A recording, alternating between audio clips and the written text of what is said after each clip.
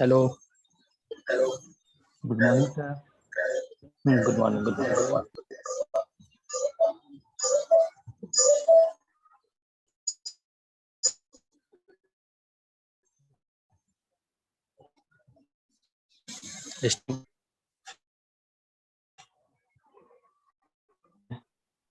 Okay.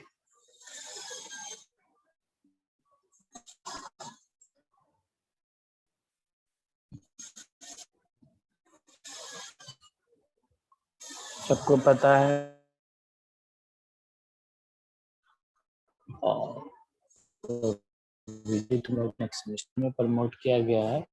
कब exam होगा, क्या होगा, ये बाद में यूनिवर्सिटी बताएगा। और ये भी पता होगा कि तुम लोगों का नेक्स्ट सेमेस्टर है, कोई बताएगा। 10 मई से 10 मई से नहीं, 10 मई से तो किसी भी हाल में सारे के सारे सेमेस्टर को स्टार्ट कर देना है। जैसे कि डिप्लोमा का होता है, एमटेक है, बीटेक कोर्स है, सबका 10 मई से के आसपास से सारे कोर्स का स्टार्ट कर देना है। तुम लोगों का 3 मई से नेक्स्ट सेमेस्टर स्टार्ट हो, दैट मीन्स ये नेक्स्ट मंडे से तुम लोग का next semester, that means 4th semester start हो जाएगा।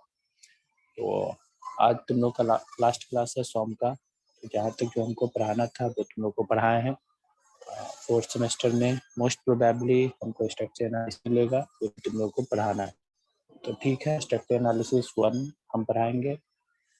तो उसमें अब जो भी आज तक पढ़ा है मटेरियल, तो तुम्हारा डिस्कशन का था वो टॉर्सन चल रहा था। बेसिकली जो भी हमारा सॉम का चैप्टर है, तो सॉम के चैप्टर में मेरा जो फर्स्ट वाला चैप्टर है, फर्स्ट वाला चैप्टर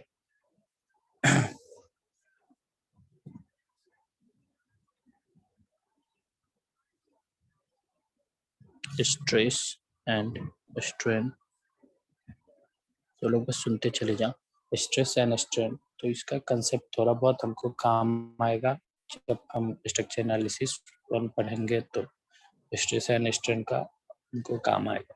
दूसरा, इसका हम लोग जो डिफॉर्मेशन देखे थे, डिफॉर्मेशन ऑफ डिफरेंट बॉडी या फिर डिफॉर्मेशन इन डिफरेंट बॉडी, जैसे कि हमारा एक प्रिज्मेटिक बॉडी था, स्टेप बार था, कोनिकल सेक्शन था, कंपोजिट बार था। तो ये सारे के सारे डिफरेंट मटेरियल में क्या क्या इंफॉर्मेशन आता है, इसका भी हमको कंसेप्ट का काम आएगा। हमारा मटेरियल प्रॉपर्टी था, तो इसका हमको कोई काम नहीं आएगा स्ट्रक्चर एनालिसिस में कि हमको क्या मटेरियल प्रॉपर्टी होता है, इसकी किसका क्या टफनेस है, किसका क्या हार्डनेस है, ब्रिटलनेस, मैलेबिलिटी को कोई मत, क्योंकि हम अभी तक जो पढ़ रहे थे वो हम मटेरियल के प्रॉपर्टी को देख रहे थे, उसमें लगने वाले डिफरेंट डिफरेंट स्ट्रेस को देख रहे थे। नेक्स्ट हमारा जो स्ट्रक्चर एनालिसिस आ जाता है, उसमें हम लोग अपने पूरे के पूरे जो भी हमारा मटेरियल था जो सॉम में पढ़े थे उसका एनालिसिस पार्ट करना। एनालिसिस पार्ट करने का मतलब, और उसमें भी हमको अभी तक सॉम में हम लोग डिटर्मिनेट स्ट्रक्चर के बारे में पढ़ रहे थे, जो कि I think CFO spending moment पढ़ा रहे थे उस टाइम, तुम लोग को बताए थे कि क्या डिटर्मिनेट होता है, क्या इनडिटर्मिनेट स्ट्रक्चर होता है। तो सॉम में तो हम लोग डिटर्मिनेट स्ट्रक्चर का एनालिसिस कर चुके हैं। हम लोग स्ट्रक्चर एनालिसिस में भी हम लोग अपने डिटर्मिनेट स्ट्रक्चर का एनालिसिस करेंगे, साथ ही साथ हम लोग इनडिटर्मिनेट स्ट्रक्चर के भी एनालिसिस को वहाँ पे कवर करेंगे। डिफरेंट डिफरेंट हमारे पास वहाँ पे भी मॉडल है जिसमें कि हम एक एक करके उसको कवर करते हैं। तो बस I think structure analysis start होने में 2-3 दिन है, तो मोस्ट प्रोबेबली या तो मेरा मंडे को क्लास होगा, ट्यूजडे को क्लास होगा, लेकिन क्लास होगा। तो ये 2 दिन में तुम लोग बता दे रहा हूँ कि क्या क्या कवर करना है तुम लोग को अपने तरफ, ताकि आगे दिक्कत ना हो। तो शियर फोर्स बेंडिंग मोमेंट जब हम पढ़ा रहे थे, तो वहाँ पे तुमको डिटर्मिनेट स्ट्रक्चर, इंडिटर्मिनेट स्ट्रक्चर के बारे में 2-3 लेक्चर लेके हम पूरा सब कुछ अच्छे से बताए थे। कौन सा डिटर्मिनेट बीम है, कौन सा इंडिटर्मिनेट बीम है, तो वो सारा का सारा बीम का तुम लोग नॉलेज रखना कि कौन सा बीम क्या होता है, कौन से बीम में कितना रिएक्शन होता है, कितना एक्सटर्नल रिएक्शन, कितना इंटरनल रिएक्शन, जो भी था हम तुम लोग को बताए थे। तो सबसे फर्स्ट चैप्टर जो हमारा स्ट्रक्चर एनालिसिस में आता है, वो हमारा आता है डिटर्मिनेसी एंड इनडिटर्मिनेसी। तो डिटर्मिनेसी एंड इनडिटर्मिनेसी में हम लोग अपना बीम, हम लोग अपना फ्रेम हम लोग अपना ट्रस, ये तीनों के बारे में पढ़ेंगे। बीम के बारे में तुम लोग को हम सॉम में पढ़ा दिए। आगे जो हमारे पास ट्रस आएगा, फ्रेम आएगा, उसको हम तुमको फर्स्ट चैप्टर में पढ़ाएंगे, स्ट्रक्चर एनालिसिस के फर्स्ट चैप्टर में कि आखिर हमारा फ्रेम क्या होता है, हमारा ट्रस क्या होता है। ट्रस के बारे में बस थोड़ा सा इंट्रोडक्शन देंगे, क्योंकि हमारे पास चौथा या पांचवा मॉडल में ऑलरेडी स्ट्रक्चर एनालिसिस 1 में हमारे पास ट्रस पढ़ने को है, तो उसको हम लोग देखेंगे। तो बस फर्स्ट चैप्टर का तुम लोग जो स्ट्रेस स्ट्रेन है, उसके बाद जो भी डिफॉर्मेशन इन स्ट्रेस स्ट्रेन है, उसके बाद और सब कुछ छोड़ देना। मेटेरियल प्रॉपर्टी याद हो न याद हो, डिफरेंट जो हमारा पास मॉडुलस ऑफ इलास्टिसिटी है वो याद हो न याद हो, पॉइजन रेशियो का वैल्यू हमको पता भी ना हो, कोई फर्क नहीं पड़ता है। लेकिन जो हमारा shear force bending moment chapter है, उसको एक बार और बताते हैं कि उसी से तुम्हारा पूरा का पूरा स्ट्रक्चर एनालिसिस आगे हमको काम आएगा। फिर जैसे जैसे हम लोग स्ट्रक्चर एनालिसिस के फर्स्ट चैप्टर को कवर करेंगे, सेकेंड चैप्टर में जाएंगे, तो वहाँ पे आई थिंक जहाँ तक मुझे याद है बताते हैं, तो लोड के बारे में हमें डिफरेंट डिफरेंट टाइप का load, combination of load, material, तो ये हमारा topic parallelly I think fourth semester में तुम्हारे लिए आरसीसी का पेपर है। तो आज ये कौन आ रहा है, टोर्नेडो इज, आने दो उसको, रुको।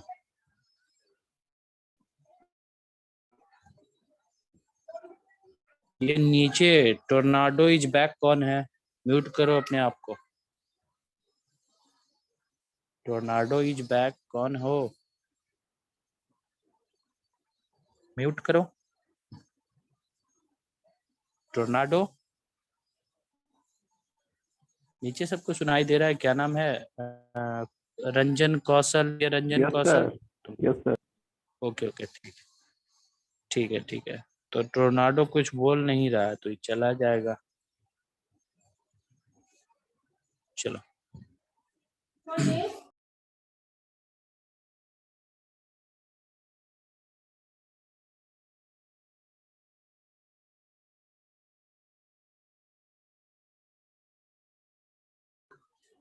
तो बता रहे थे तुमको कि शियर फोर्स बेंडिंग मोमेंट का जो तुम्हारा मॉडल है उसको अच्छे से तुम लोग कवर करना। डिफरेंट डिफरेंट टाइप का बीम बताए थे, statically determinate beam, indeterminate beam कौन सा होता है।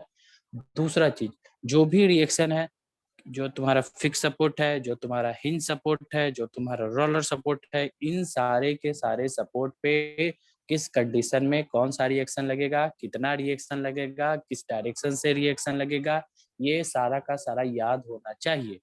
क्योंकि अगर नहीं याद है तो फर्स्ट चैप्टर ही नहीं समझ में आएगा स्ट्रक्चर एनालिसिस का, तो और तो छोड़ दो कि क्या है स्ट्रक्चर एनालिसिस का, फिर तुमको दूसरा तीसरा चौथा मॉडल समझ में आएगा, या फिर तुमको स्ट्रक्चर एनालिसिस 2 समझ में आएगा। तो ये मतलब बता दिए तो बता दिए, एकदम वही स्टेप ही है हमको स्ट्रक्चर एनालिसिस 1 तक आने का, वही सीढ़ी ही है। तो शियर फोर्स बेंडिंग मोमेंट का, और तुम बेंडिंग मोमेंट ड्रॉ ना करो बाद में सीखना, शियर फोर्स ड्रॉ करो ना करो बाद में सीखना, लेकिन जो भी तुम्हारा बीम था, जो भी तुम्हारा वहां पे रिएक्शन लग रहा था सपोर्ट पे, वो तुमको याद होना चाहिए। नेक्स्ट बता रहे थे कि हमारा ये जो सेकेंड मॉडल है, लोड लोड कॉम्बिनेशन, ये सारा का सारा जो हमारा मॉडल है, उसमें उस मॉडल में हमारे पास एक पैरेलली पेपर चलेगा आरसीसी का, आरसीसी 1 मतलब कंक्रीट 1 का। तो कंक्रीट 1 में भी हमारा जो मॉडल है वहाँ पे भी लोड के बारे में पढ़ना है, लोड कॉम्बिनेशन के बारे में पढ़ना है, मटेरियल के बारे में पढ़ना है, और हमको नॉमिनल मिक्स डिजाइन, उसके बाद जो भी हमारा डिजाइन के बारे में है वो सारा का सारा हमको पढ़ना है। तो वो रीना मैडम भी पैरेलली पढ़ाती आएंगे, आई थिंक वही पढ़ाती हैं, तो रीना मैडम पढ़ाती आएंगे, तो उधर तुम लोग का कवर होते रहेगा, बाद बाकी जो उसमें उनको पढ़ाना होगा वो पढ़ाएंगे। फिर थर्ड मॉडल मेरा ट्रस का आएगा। तो ट्रस बताए थे कि हमको फर्स्ट चैप्टर में बीम, फ्रेम और ट्रस के बारे में पढ़ना है। उसके बाद हमारा एक सेपरेट टॉपिक आएगा ट्रस का, ट्रस हम डील करेंगे। फिर हमारे पास एक टॉपिक आएगा आर्क का, वो आर्क पढ़ाएंगे, और लास्ट में एक छोटा मोटा कोई टॉपिक है उसको हम लोग कवर करेंगे। तो यही 4-5 मॉडल होगा, और कैसे क्या आना है वो हम बता दिए कि हमको सॉम का क्या क्या चीज काम होगा। तो सॉम का हमको फर्स्ट चैप्टर सेकंड चैप्टर का मतलब स्ट्रेस स्ट्रेन, डिफॉर्मेशन इन स्ट्रेस स्ट्रेन, और हमारा शियर फोर्स बेंडिंग मोमेंट का काम आएगा स्ट्रक्चर एनालिसिस 1 को डील करने में। तो इसको तुमने अच्छे से कवर करके आना। नेक्स्ट है, और किसी को कुछ पूछना है तो पूछो, नहीं तो हम आगे चलते हैं। किसी को और कुछ पूछना है?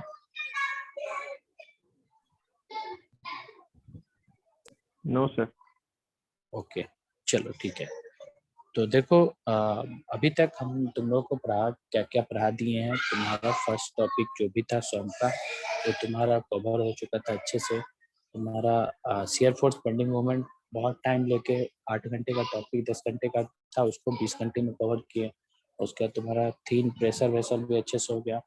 टॉर्सन भी तुम्हारा चल रहा था। तो टॉर्सन बताए तुम्हारा कि गेट पॉइंट ऑफ व्यू से और ईएससी पॉइंट ऑफ व्यू से, तो इंजीनियरिंग सर्विस एग्जाम के पॉइंट ऑफ व्यू से ईएससी पॉइंट ऑफ व्यू से ज़्यादा इंपॉर्टेंट मतलब ये टॉपिक है तुम्हारा टॉर्सन। गेट में तुम्हारा फर्स्ट टॉपिक तुम्हारा शेयर फोर्स पेंडिंग मोमेंट और कभी कभार 2-3 साल पे इससे तुम्हारा क्वेश्चन टॉर्सन से पूछ लेता है। तो इसको देखते हैं, जहाँ तक हो पाएगा नहीं तो तुम लोग इसको कवर धीरे धीरे कर रहे हैं। बाद बाकी मोमेंट ऑफ इनर्शिया जो है वो तुम लोग इंजीनियरिंग मैकेनिक्स से ही पढ़ते आए हो और उसका अपना डिफरेंट डिफरेंट सेक्शन के लिए मोमेंट ऑफ इनर्शिया का वैल्यू होता है, इसको कैलकुलेट करना तुम इंजीनियरिंग मैकेनिक्स में सीखे हो। अगर नहीं भी सीखे हो तो कोई बात नहीं है, उसके मोमेंट ऑफ इनर्शिया को डिफरेंट डिफरेंट सेक्शन के लिए तुम लोग याद कर लेना।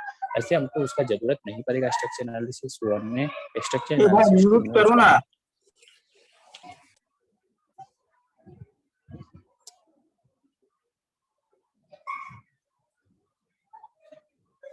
कोई दिक्कत है किसी को? आई थिंक नीचे से राजदीप या फिर कोई था। राजदीप सर शोर आ रहा है, उसका थोड़ा प्रॉब्लम हो रहा है। ओके ओके ठीक है, चलो ठीक है। तो शोर को बंद करो, तुम कहीं चले जाओ, शोर को बंद करो। तो वो अनम्यूट करके भी तुम बोल सकते थे, उधर सुनाई देते था। म्यूट करके बताने की कोई जरूरत नहीं था, ठीक है। सर उसका नहीं बात कर रहे हैं, आपका ये से शोर आ रहा है। किसका शोर आ रहा? म्यूट तो बच्चा का रोने वोने का आवाज आ रहा सर, आप पढ़ा रहे थे अंदर से। तो इधर से जा रहा था मेरे तरफ से? हाँ सर, मतलब बच्चा मोबाइल में गया किसी का तो तुम हमको बताए कि बंद करो ना, कि किसको बताए? नहीं सर, मतलब कोई स्टूडेंट का अनम्यूट है, उसी को बोल रहे कि म्यूट करो। अच्छा ठीक है, कौन स्टूडेंट म्यूट अनम्यूट था? नहीं पता सर, अभी भी तो आ ही रहा बच्चा का रोने का आवाज, आप पढ़ा रहे थे अंदर से। तो तुम चले जाओ, तुमको आवाज बड़ा ही रोने का जाएगा, तुम चले जाओ। आई थिंक और किसी को नहीं जा रहा है, कोई अनम्यूट है भी नहीं, ठीक है। तुम छोड़ के चले जाओ क्लास, तुमको प्रॉब्लम हो रहा है, तुम छोड़ के चले जाओ।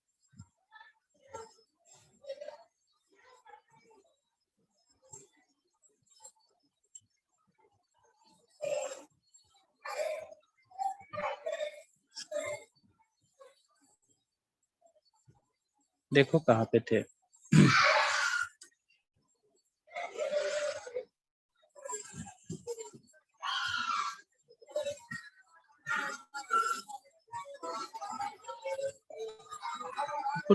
टॉर्सन तुम लोग को लास्ट पॉइंट हम पढ़ा रहे थे, टॉर्सन में तुम लोग को बता दिए थे। आई थिंक जो भी इसका एजम्पशन है वो तुम लोग को हम बता दिए थे कि इसका एजम्पशन क्या क्या है।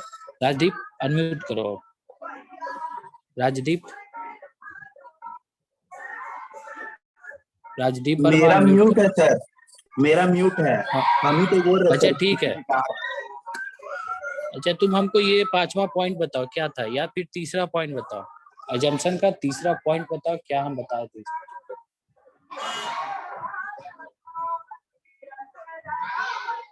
राजदीप हेलो, हाँ तीसरा पॉइंट बताओ, इसका एजम्पशन का तीसरा पॉइंट बताओ, क्या बताए थे पिछले क्लास में आप? सर पिछले क्लास हम अटेंड नहीं किए थे। तो अटेंड नहीं किए थे तो तुम चले जाओ, क्योंकि आगे तुमको समझ में नहीं आएगा, क्योंकि एजम्पशन के बेसिस पे ही हम बताए थे। टॉर्सन इक्वेशन है, वो कैसे पता चले? अंग्रेजी पढ़ो बताओ, इंग्लिश द पढ़ो डिस्टेंस थर्ड पॉइंट पढ़ो। The distance between cross section do not change. Length of the shaft remains constant. No normal strain in the axial direction. The load. बताओ तीसरा पॉइंट, नॉर्मल स्ट्रेन का मतलब क्या समझते हो तुम? नॉर्मल स्ट्रेन का मतलब है सर, नॉर्मल बताओ नॉर्मल स्ट्रेन का मतलब क्या है? सर नॉर्मल प्रेशर जो कैसे बोल सकते हैं, डिप्लोमा करके आए हो ना, बीटेक भी कर लोगे कुछ नहीं होगा। स्ट्रेस क्या होता है, प्रेशर क्या होता है, ये तुमको पता नहीं। स्ट्रेस क्या होता है बताओ, स्ट्रेस और प्रेशर क्या होता है, ये भी हम बताएं। आई थिंक D2D हो, डिप्लोमा हो, उसके बाद भी हम तुम लोगों को बताएं। बताओ क्या होता है। धर्मेंद्र कुमार यादव। Yes sir. बताए हैं क्या, प्रेशर क्या होता है, स्ट्रेस क्या होता है? Yes sir. चलो ठीक है, म्यूट करो। बताओ राजदीप। सर टेंशन जो लगता है फिजिकली, जैसे हम लोगों स्ट्रेस को जैसे कोई चीज में बॉडी में हम लोग लगाते हैं टेंशन, मतलब कैसे बोले सर? कैसे बोल सकते हो, कैसे बोल सकते हो, जैसे बोलते हो वैसे बताओ। बताओ, तुम्हारा सॉम खत्म हो गया और डिप्लोमा भी करके आए हो, तुम से बहुत स्ट्रेस और प्रेशर पता नहीं है, और अभी 10 मिनट पहले से भी हम स्ट्रेस और प्रेशर बक के आए। स्ट्रेस स्टेट सेकंड चैप्टर ये, थर्ड चैप्टर ये, वो सब करके आए। करना स्टार्ट करो, नहीं तो कोई काम नहीं देगा। अब बताया ना थोड़ा देर पहले, डिप्लोमा किया, बीटेक करो, कुछ भी कुछ नहीं होने वाला है। चलो म्यूट करो। क्या पढ़ा है बताओ, क्या पढ़ा है? एक बच्चा इसमें ऐसा भी है जिसको कि ना स्ट्रेस पता है ना प्रेशर पता है। अपर्णा कुमारी, अपर्णा सुन पा रहे हो? Aparna Yes, sir. कुमारी, हाँ बताओ स्ट्रेस क्या होता है? Sir, stress is the internal resisting force.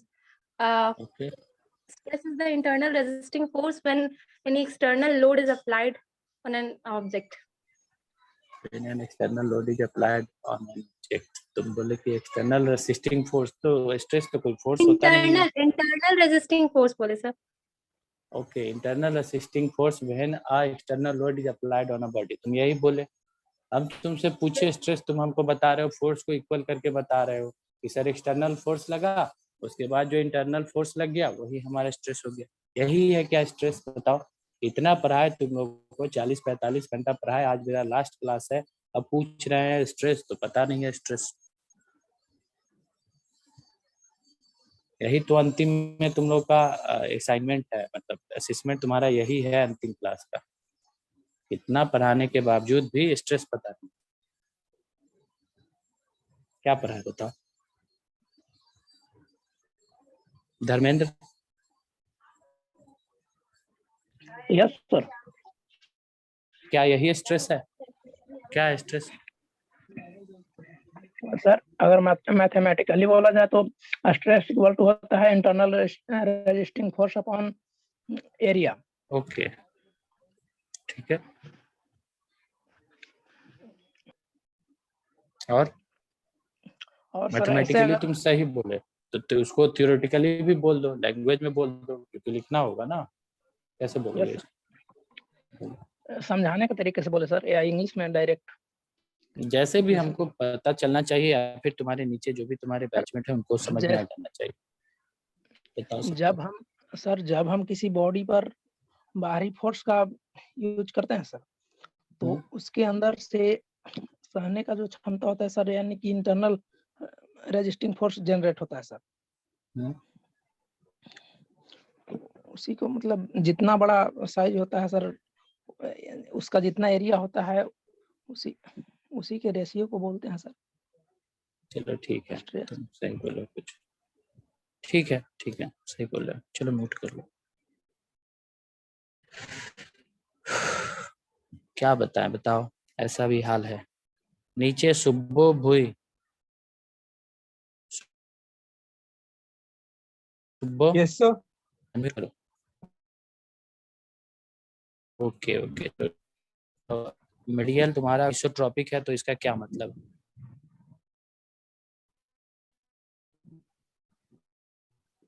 Isotropic मतलब सर उसका हर एक डायरेक्शन में उसका प्रॉपर्टी सेम हो, हर एक डायरेक्शन, एक्स वाई और जेड डायरेक्शन। हर एक डायरेक्शन, हाँ, किस पॉइंट? सो मतलब through out the body. Through out the body, मतलब किसी भी पॉइंट पे मेरा तीनों डायरेक्शन में मटेरियल का प्रॉपर्टी सेम है तो आइसोट्रोपिक है। Yes sir. तीनों डायरेक्शन में ये सारा ऐसा बिल्कुल नहीं होना चाहिए। आई थिंक ये सारा का सारा चीज इतना बार बता चुके हैं कि लिमिट क्रॉस कर चुका है इस सब चीज का। ये तुम्हारा पॉइंट था, ये पॉइंट था, ये पॉइंट है, ये पॉइंट है, ये तीनों डायरेक्शन में प्रॉपर्टी सेम है, मतलब ई है तो ऐसा जरूरी नहीं है कि तुम्हारा यहाँ भी ई है। यहाँ पे अगर 2e है तो यहाँ भी 2e है, इधर भी 2e है, ऐसा होना चाहिए। मतलब किसी भी एक पॉइंट पे तीनों डायरेक्शन में उसका प्रॉपर्टी सेम है। कोई हमको बता सकता है क्या उधर से तुम लोगों में से कोई होमोजीनियस एंड आइसोट्रोपिक का डायग्राम बना के बार हम बता होमोजीनियस एंड आइसोट्रोपिक कोई बता सकते हो? Yes sir. एक ही डायग्राम होमोजीनियस और आइसोट्रोपिक दोनों दिख जाए, बता सकते हो कोई? हम इधर से दे देंगे तुम लोगों को, कोई बना सकते हो कोई एक ऐसा बॉडी जिसमें कि तुमको मटेरियल होमोजीनियस भी हो, मतलब बॉडी होमोजीनियस भी हो और आइसोट्रोपिक भी हो, जो बना सकते हो? हाथ खड़ा करो। Yes sir. ओके उमंग, और कौन बना सकता है? Yes sir. ओके तुम दो और आए, धर्मेंद्र और क्या नाम था पीछे नीचे, रंजन। और कोई?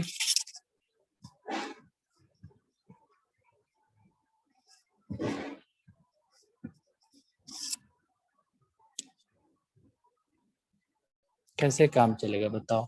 पिछले क्लास में भी तुम लोग को होमोजीनियस और आइसोट्रोपिक इतना अच्छे से बताया कि अब फिर इसको और तुम्हारा याद रखो। स्ट्रक्चर एनालिसिस में भी वही तुम्हारा एजम्पशन आगे कंटिन्यू करते चला गया कि material is homogeneous and isotropic. इतना बार जब बता चुके हैं उसके बाद भी कोई ये भी नहीं है, 2-3 बच्चा को छोड़ के आई थिंक 16, 17, 18 हो क्लास में, 19 हो, कोई नहीं है कि सर हम बना सकते हैं। क्या फायदा इतना बताने का या फिर इतना बताने का तुम लोगों को? देखो नीचे जल्दी जल्दी कवर करते हैं जहाँ तक पता है। ये तुम्हारा टॉर्सन इक्वेशन है, ये तुम्हारा टॉर्सन इक्वेशन है। टॉर्सन इक्वेशन में कट जाए फिर से ज्वाइन कर लेना, तो जहाँ तक होता है कंप्लीट कर देते हैं। देखो क्या बताएं तुम लोग, बताओ। जो तुम्हारा टॉर्सन है, टॉर्सन इक्वेशन में पिछले क्लास में हम बताए थे, मेरा एक जो पेन था उसको एक इन पे फिक्स किए थे और दूसरे इनसे हम अपने कपल लगाए थे या फिर मोमेंट लगाए थे। एक बात और बता देते हैं, जो भी तुम्हारा कपल है वो कपल तुम्हारा बेंडिंग मोमेंट ही करा सकता है, वो कपल तुम्हारा टॉर्सन भी करा सकता है। तो ये बात कहीं अगर है लिखा हुआ या फिर तुमसे अगर कोई पूछता है कि जो तुम्हारा कपल है वो कपल तुम्हारा ओनली टॉर्सन काउच करता है क्या या फिर ट्विस्टिंग काउच करता है क्या? तो नो, जो तुम्हारा कपल है वो टॉर्सन ट्विस्टिंग करता ही करता है, साथ साथ वो तुम्हारे मेंबर में बेंडिंग मूवमेंट भी जनरेट करता है। तो ये बात है। दूसरा, हम ये भी देखे थे कि हम अपने टॉर्क को कैसे रिप्रेजेंट करते थे। जो भी हमारा फोर्स होता था वो एक एरो, उसको एक एरो और ये तुम्हारा एक लाइन और एक एरो से रिप्रेजेंट करते थे। जबकि हमारा जो भी टॉर्क था उसको हम लोग डबल एरो से, एक लाइन और डबल एरो से उसको रिप्रेजेंट करते थे। रिप्रेजेंट करने का जो तरीका था वो हमारा राइट हैंड था, राइट हैंड से अपने घुमाते थे, मोमेंट या फिर कपल को देते थे, फिर उसी के बेसिस पे हम ये डायरेक्शन कैसे आया था ये सारा का सारा बताए थे। प्योर टॉर्सन क्या होता है, प्योर एक्सियल क्या होता है, प्योर ट्रांसवर्स क्या होता है, ये भी बता दिए थे तुम लोग। जंक्शन था ये भी हम करा दिए 4-5। इसी में आई थिंक कौन सा एजम्पशन, एक दूसरा एजम्पशन और तीसरा एजम्पशन था। ये दोनों एजम्पशन के बेसिस पे तुमको हम बताए थे कि टॉर्सन इक्वेशन जो है तुम्हारा आता। तो टॉर्सन इक्वेशन में कुछ नहीं किया, क्या किया कि ये तुम्हारा एक बॉडी था, इस बॉडी को यहाँ से फिक्स दिख रहा है सबको, ये फिक्स है, ये पूरा का पूरा तुम्हारा फिक्स है। तो यहाँ से रोटेट के बाद इस पॉइंट पे पूरा पूरा फिक्स था, यहाँ पे पॉइंट कंसीडर किया, इस वाले एंड पे ए पॉइंट कंसीडर किया और इधर वाले पे भी कंसीडर किया। फिर जैसे ही कब लगाया फिर टॉर्क लगाया, तो ये बी पॉइंट थोड़ा सा क्या बोलते हैं उसको, थोड़ा सा मूव किया अपने पोजीशन से, और अपने पोजीशन से मूव करने के बाद एक B1 पॉइंट या फिर B' पॉइंट पे आया। अब यहाँ से एक लाइन लेके यहाँ से मिलाया, लाइन मिलाने के बाद यहाँ पे एक जो तुमको यहाँ पे दिख रहा है भाई, ये तुम्हारा शियर स्ट्रेंथ का वैल्यू है। ये शियर स्ट्रेंथ का वैल्यू निकाला tan थीटा लगा के, tan थीटा का वैल्यू जो होता है P/B, फिर P/B पे यहाँ पे B1/L लिया, भले ही ये आर्क था, ऐसे करके यहाँ पे देखोगे तो तुमको आर्क दिखेगा, ये आर्क लेंथ था। ये सारा का सारा तुम्हारे एलिमेंट्स पोर्टल पे अपलोड है मटेरियल। ये तुमको बी से B1 तुमको एक आर्क लेंथ था तुम्हारे इस क्रॉस सेक्शन का, इस वाले पूरे के पूरे क्रॉस सेक्शन, लेकिन उसको आर्क न मान के उसको स्टेटमेंट में, क्योंकि वो छोटा डिस्टेंस था, जो उसको मान के B1/L, ये पूरा का पूरा P/B से निकाला particular by base tan theta का वैल्यू होता है। फिर P/B से निकाला B1/L, फिर जो तुम्हारा इसको बोला कि tan जो है इक्वल टू गामा ले लिया, क्योंकि बहुत छोटा वैल्यू है। यहाँ से करके तुमको एक रिलेशन लाता है, और ये तुमको पता ही होना चाहिए, जो तुम्हारा शियर स्ट्रेस या फिर रिजिडिटी मॉडुलस, तो ये वैल्यू आया। यहाँ से गामा का वैल्यू निकाला, gamma equal to r θ/L। तो ये आर्क लेंथ जो था, ये आई थिंक ये तुमको और पहले भी हम बता दिए थे जब हम तुमको प्रेशर वेसल पढ़ा रहे थे। तो ये तुम्हारा r था, ये थीटा था, ये पूरा का पूरा देखो यहाँ पे ये क्रॉस सेक्शन है, ये क्रॉस सेक्शन, ये तुम्हारा r डिस्टेंस था, ये तुम्हारा एक पॉइंट था B पॉइंट, ये पॉइंट था B1, ये यहाँ पे एक एंगल बना थीटा का। तो ये जो तुम्हारा आर्क लेंथ होगा B1 वो r इंटू थीटा जाएगा, r इंटू थीटा। लेकिन ये B1 हमको भी दिख रहा है कि आर्क है, लेकिन इसका बहुत छोटा डिस्टेंस के लिए हमारे मटेरियल के लास्ट में या फिर जो फ्री एंड था वहाँ पे ट्विस्टिंग हुआ, इसीलिए हम इसको स्टेट कंसीडर कर लेते हैं, क्योंकि हम कैलकुलेट ही नहीं कर सकते हैं अपने इस टॉर्सन इक्वेशन को। इसीलिए यहाँ से हम लोग को गामा का वैल्यू r θ/L, यहाँ पे देखोगे r θ/L यहाँ पे लाया, यहाँ पे देखो सर r θ/L यहाँ पे लाया, ये r θ/L। तो ये r θ/L आया, यहाँ से गामा का वैल्यू निकाला, हमारे पास जो फर्स्ट चैप्टर में जो इक्वेशन है उससे यहाँ से उठा के यहाँ पे वैल्यू पुट कर दिया। यहाँ पे एक इक्वेशन आता है, फिर दूसरा भी इक्वेशन हम लोग लाते हैं, और दोनों इक्वेशन को इक्वेट करके एक सुंदर सा टॉर्सन का इक्वेशन हम लोग, जो हमारा टॉर्सनल इक्वेशन है उसको फाइंड आउट कर लेते हैं। जो इक्वेशन हमारे पास आ जाता है कुछ इस टाइप का, कुछ इस टाइप का हमारे पास टॉर्सनल इक्वेशन आता है। तो ये कभी कभी एसएससी जेई के एग्जाम में या फिर कभी कभी स्टेट एई के एग्जाम में पूछ देता है, तुमको 2-4 ऑप्शन देगा और तुमको इक्वेशन लिख के दे देगा और तुमसे पूछ देगा। तुम्हारे पास ये एक इक्वेशन आ जाता है, इसको याद रखना। ये तुम्हारे स्ट्रेंथ ऑफ मटेरियल तक ही सीमित है, आगे हमको इस इक्वेशन का कहीं स्ट्रक्चर एनालिसिस सेशन में काम नहीं आएगा, तो इसको ध्यान रखना। लेकिन टॉर्सन बताएं कि हमारे किसमें क्या क्या इम्पोर्टेंट रोल प्ले करता है। दूसरा, ये तुम्हारा जो इक्वेशन है ये तुम्हारे बहुत स्टेट एई या फिर जेई में पूछते रहता है, तो इक्वेशन को याद रखना। ये इक्वेशन का जो ये नोमेनक्लेचर है ये आई थिंक सबको पता होना चाहिए। टाउ है, आर है, टी है, आई है, ये मोमेंट ऑफ इनर्शिया, ये तुम्हारा एल है, ये तुम्हारा जी है, ये थीटा है और ये तुम्हारा एल है। तो ये तुम्हारा एक इक्वेशन आ गया।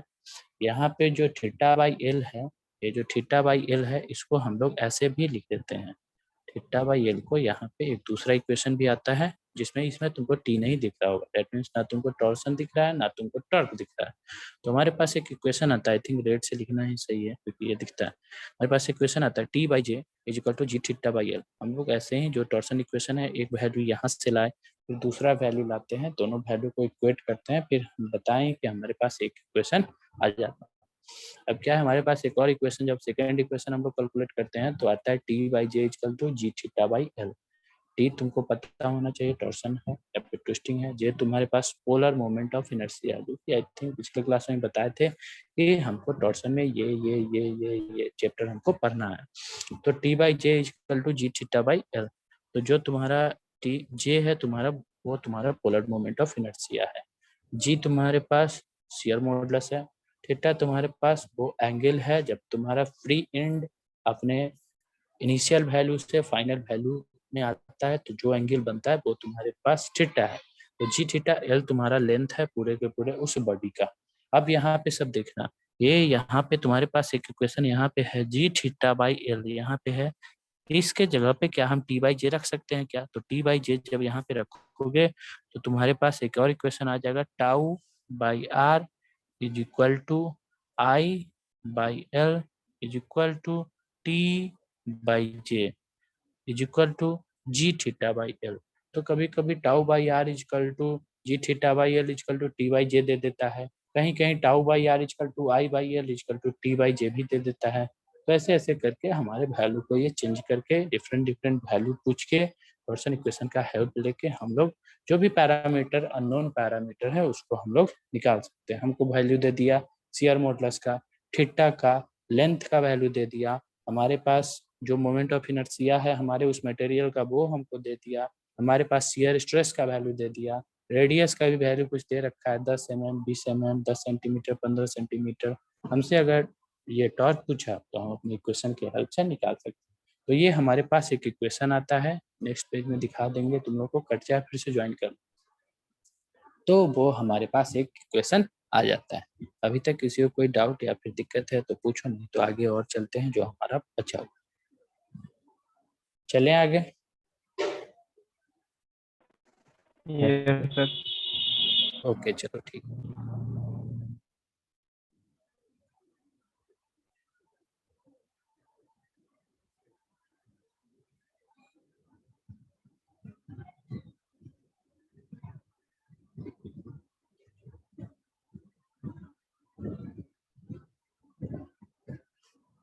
ये देखो ये तुम्हारा सेकेंड स्टेप है, ये देखो यहाँ पे tau by R equal to G theta by L, एक यहाँ पे वैल्यू पीछे निकाला पीछे वाले क्वेश्चन के हेल्प से।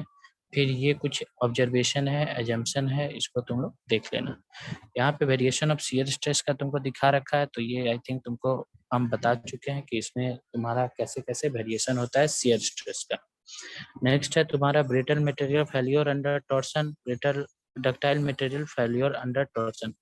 तो ये जब तुमको फर्स्ट चैप्टर पढ़ा रहे थे ब्रिटलनेस, वहाँ पे तुमको हम बता दिए थे कि हमारा एक्सियल लोड लगता है तब कैसे फेलियर होगा, और अगर हमारा उसी पे कपल लग जाएगा तो हमारा कैसे फेलियर होगा। तो वो कपल हमारा वहाँ पे टॉर्सन का ही काम कर रहा था, तो ये इसमें कुछ है नहीं, देख लेना खुद से ऑब्जर्व कर सकते हो। ब्रिटल मटेरियल डेट मींस एक चौक लेना और उस चौक को ट्विस्ट करके तोड़ना। तो चौक को ट्विस्ट करके तोड़ोगे तो कितना एंगल बनेगा, क्या होगा, ये ऑब्जर्व कर सकते हो, कुछ है नहीं। नेक्स्ट है तुम्हारा डक्टाइल मटेरियल, कोई भी एक डक्टाइल मटेरियल है ना, डक्टाइल मटेरियल पूछ लेते हैं। डक्टिलिटी क्या होता है, कोई बताओ नीचे से, रश्मि सिंह बताओ डक्टिलिटी क्या होता है। अब यहाँ पे डक्टाइल ब्रिटल आ गया, बताओ ब्रिटल और डक्टाइल क्या होता है। रश्मि सुन रहे हो?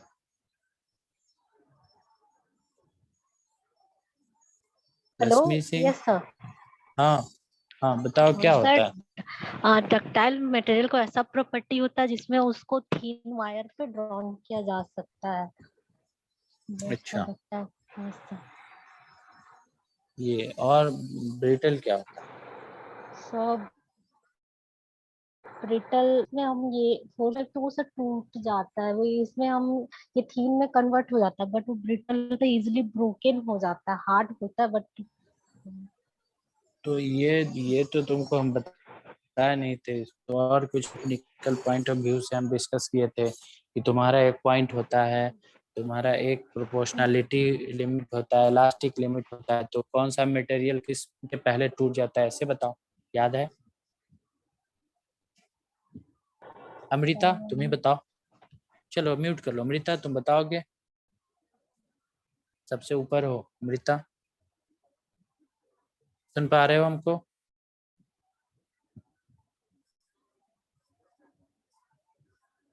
Amrita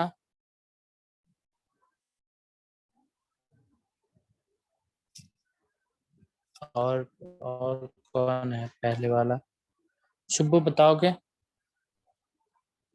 yes sir. शुभ क्या होता है। सर डक्टाइल वो प्रॉपर्टी होता है सर, मतलब मटेरियल का जिससे उसको मतलब थिन वायर में कन्वर्ट किया जा सकता है सर। ब्रिटल वो मटेरियल होता है जिससे मतलब मटेरियल तो हार्ड होता है, लेकिन सर मतलब उसमें फोर्स अप्लाई करने से वो टूट जाता है।